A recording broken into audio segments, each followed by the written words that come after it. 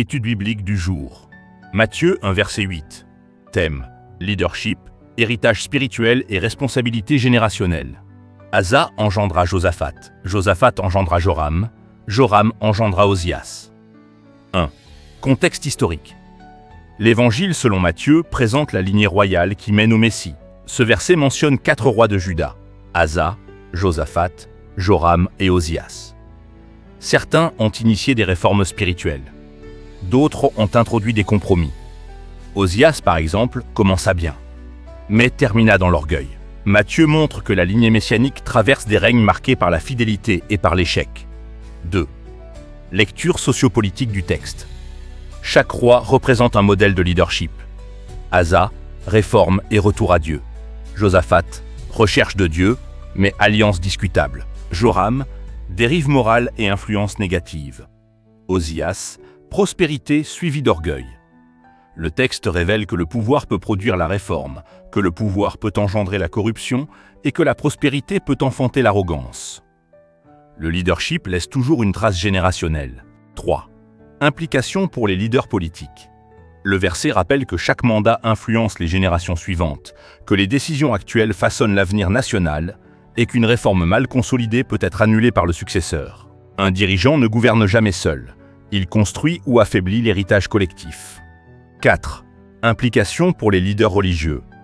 Une église peut connaître un réveil sous un leader fidèle, puis décliner sous un leadership orgueilleux. L'onction initiale ne garantit pas la persévérance. Le texte enseigne la vigilance spirituelle permanente, la transmission saine aux générations suivantes et l'humilité dans la prospérité ministérielle. 5 applications pour les hommes d'affaires et décideurs. Une entreprise fondée sur des valeurs solides peut prospérer, mais le succès peut faire oublier les principes.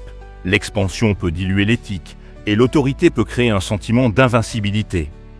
La croissance teste l'intégrité. 6 implications pour la société. Ce verset enseigne un principe universel. Chaque génération hérite des décisions de la précédente. Les structures politiques, économiques et spirituelles sont façonnées par les choix d'hier. La stabilité collective dépend de la constance morale. 7. Implication directe pour les chrétiens. Ce texte ne concerne pas seulement les rois. Il parle aussi à chaque croyant. Ta fidélité influence ta famille.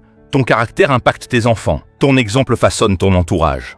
Un chrétien peut commencer dans le zèle, puis se relâcher dans la routine. Comme Osias, la bénédiction peut nourrir l'orgueil si le cœur n'est pas gardé. Implication pratique. Ne laisse pas la réussite diminuer ta prière. Ne confonds pas prospérité et approbation automatique de Dieu. Sois intentionnel dans la transmission de la foi. Chaque croyant laisse un héritage spirituel. 8. Principe herméneutique. Nous ne vivons pas sous la monarchie de Juda, mais le principe moral transculturel demeure. Le leadership implique une responsabilité durable. La prospérité exige l'humilité, chaque génération doit choisir la fidélité. On applique le principe éthique, pas le système royal. 9. Message sociétal. La stabilité d'une nation, d'une église ou d'une famille ne dépend pas seulement d'un bon départ, mais d'une fidélité constante. L'histoire biblique montre que le succès sans humilité prépare la chute. 10.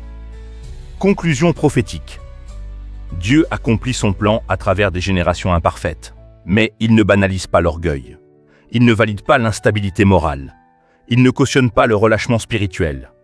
La lignée messianique continue, mais chaque roi est responsable de son règne. Prière. Seigneur, apprends-moi à bien commencer et surtout à bien terminer. Garde-moi humble dans la réussite. Rends-moi fidèle dans la durée. Que mon héritage soit une bénédiction et non un poids pour la génération suivante. Amen.